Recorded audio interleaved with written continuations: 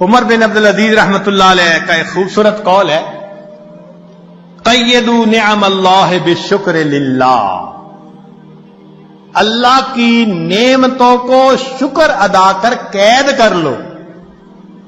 جس نے اللہ کی نعمت کا شکر ادا کیا اس نے نعمت کو قید کر لیا، اس کے پاس ہی رہے گی۔ ابن عطا اسکندری رحمۃ اللہ علیہ، ان کے حکم بہت معروف ہیں۔ ہمارے بزرگ علماء رمضان المبارک میں اس کی مستقل مجالس کیا کرتے تھے۔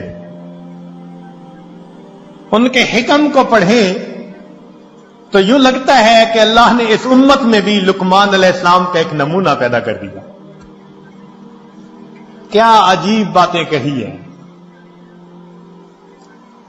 تو شکر کے بارے میں ان کا ایک قول ملفوظ، جنہیں عربی کا تھوڑا سا بھی ذوق ہوگا نا، وہ تو سن اور پڑھ کے وجد آتا ہے۔ یہ جامعہ الازہر کے استاد بھی رہے، اور اس جامعہ کو جو پوری دنیا کے اندر ایک مقام ملا وہ ایسے ہی متقی باخدا بزرگوں کی وجہ سے۔ فرماتے ہیں من لم یشکر النعم فقد تعرض لزوالها، جو نعمت کا شکر ادا نہیں کرتا وہ اپنی نعمتوں کو چھین جانے کے لیے پیش کر دیتا ہے، اللہ مجھ سے یہ چھین لو۔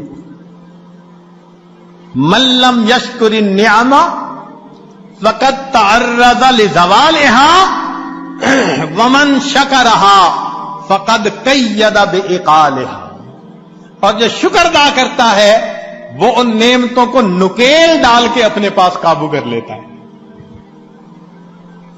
تو شکر ادا کر کے اللہ کی نعمتوں کو نکیل ڈال لیجیے۔